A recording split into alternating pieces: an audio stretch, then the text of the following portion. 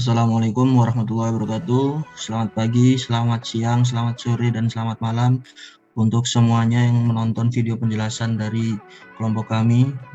Untuk yang pertama, yang terhormat kepada Bapak Tukiman selaku dosen pengampu mata kuliah Etika Administrasi Publik dan teman-teman semuanya yang sangat saya cintai. Pada kesempatan kali ini, saya selaku moderator dari kelompok Kode Etik Apoteker Indonesia dan implementasinya bersama kedua teman saya. Yang pertama ada Fotinus Wahyudi Josiris dengan NPM 241010057 dan kemudian ada Yastin Cevaldia Malo dengan NPM 241010061 dan yang terakhir ada saya sendiri Ahmad Yusril dengan NPM 241010079. Next. Untuk yang pertama, ini ada poin bahasan. Yang pertama, kelompok kami menjelaskan terkait deskripsi profesi apoteker. Yang kedua ada kewajiban umum profesi apoteker. Dan yang ketiga ada kewajiban apoteker terhadap pasien. Yang keempat ada kewajiban apoteker terhadap teman sejawat. Yang kelima kewajiban apoteker terhadap sejawat petugas kesehatan lain. Dan yang keenam ada bentuk pelanggaran disiplin. Oke, next. Untuk selanjutnya saya serahkan kepada teman saya untuk menjelaskan materinya. Terima kasih. Oke, baik. Di sini kita sampai pada pembahasan pertama, yaitu mengenai deskripsi profesi apoteker. Sebelum itu, mari kita ketahui bersama apa itu apoteker. Apoteker adalah seorang sarjana farmasi yang lulus ujian kompetisi apoteker dan telah mengucap sumpah jabatan apoteker. Bidang pekerjaan ini membutuhkan dukungan ilmu kesehatan dan ilmu kimia. Kemudian, salah satu tugas seorang apoteker yang bekerja di rumah sakit maupun komunitas adalah bertanggung jawab untuk memberikan obat sesuai resep dokter, serta memastikan efektivitas dan keamanan dari penggunaan obat. Dan selain itu juga, apoteker juga bertugas untuk mengedukasi masyarakat mengenai penggunaan obat yang rasional serta efek sampingnya.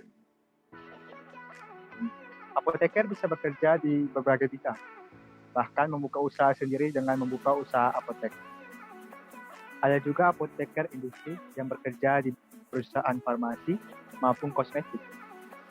Para apoteker ini ikut mengambil bagian dalam penelitian dan pengembangan racikan produk farmasi ataupun kosmetik.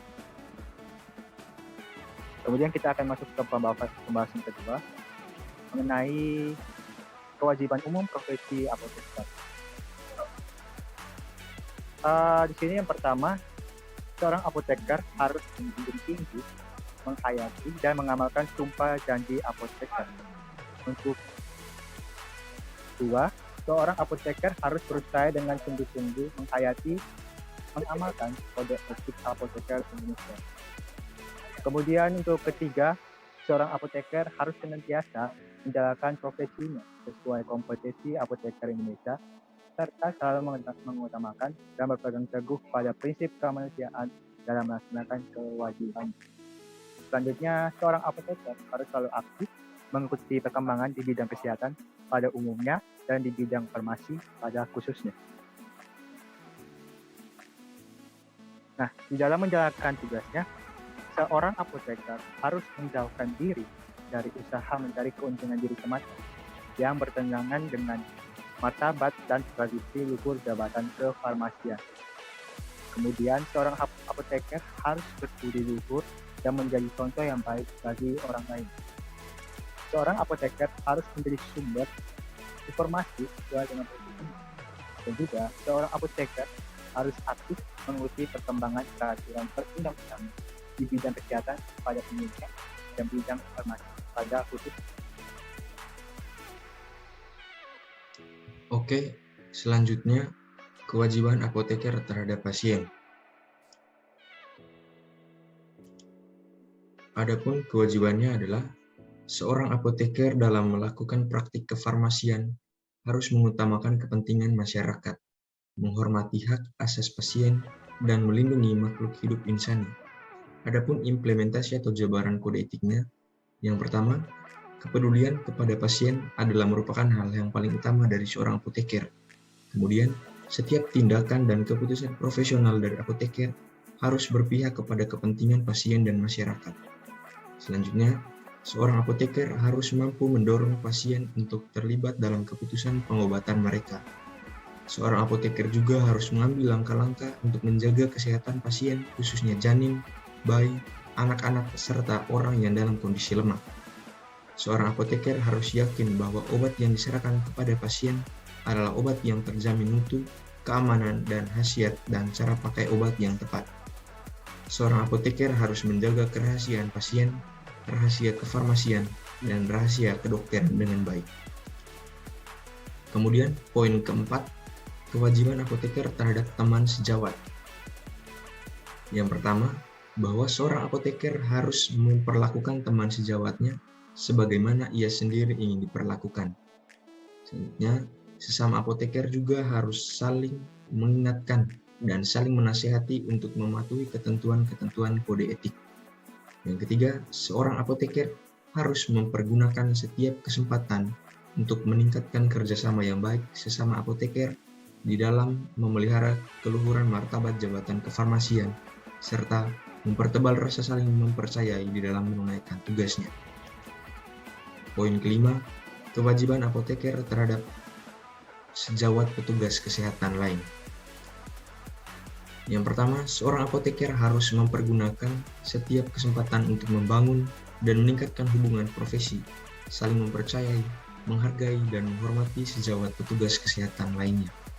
Yang kedua, seorang apoteker hendaknya menjauhkan diri dari tindakan atau perbuatan yang dapat mengakibatkan berkurangnya atau hilangnya kepercayaan masyarakat kepada sejawat petugas kesehatan lain.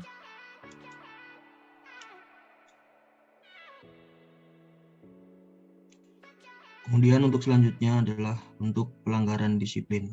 Next. Yang pertama adalah melakukan praktik kefarmasian dengan tidak kompeten. Dan yang kedua, membiarkan berlangsungnya praktik kefarmasian yang menjadi tanggung jawabnya tanpa kehadirannya ataupun tanpa apoteker pengganti dan atau apoteker pendamping yang sah.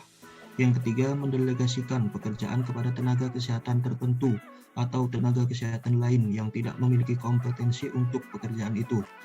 Yang keempat, membuat keputusan profesional yang tidak berpihak kepada masyarakat.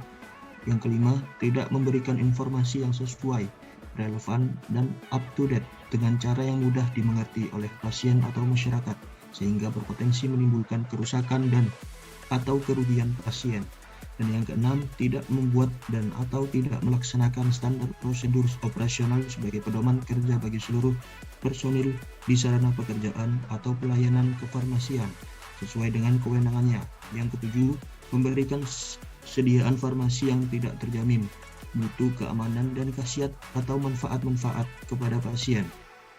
Yang kedelapan, melakukan pengadaan termasuk produksi dan distribusi obat dan atau bahan baku obat tanpa prosedur yang berlaku. Dan yang terakhir, tidak menghitung dengan benar dosis obat sehingga dapat menimbulkan kerusakan atau kerugian kepada pasien. Yang 10, melakukan penataan penyimpanan obat tidak sesuai standar sehingga berpotensi menimbulkan penurunan kualitas obat. Yang ke-11, menjalankan praktik kefarmasian dalam kondisi tingkat kesehatan fisik ataupun mental yang sedang terganggu sehingga merugikan kualitas pelayanan profesi. Yang ke-12, dalam penata laksanaan praktik kefarmasian, melakukan yang seharusnya tidak dilakukan atau tidak melakukan yang seharusnya dilakukan sesuai dengan tanggung jawab profesionalnya tanpa alasan pembenar yang sah sehingga dapat membahayakan pasien. Yang ke-13, melakukan pemeriksaan atau pengobatan dalam pelaksanaan praktik swamedikasi, self-medication, yang tidak sesuai dengan kaidah pelayanan kefarmasian. Dan yang ke-14, memberikan penjelasan yang tidak jujur dan atau tidak etis dan atau tidak objektif.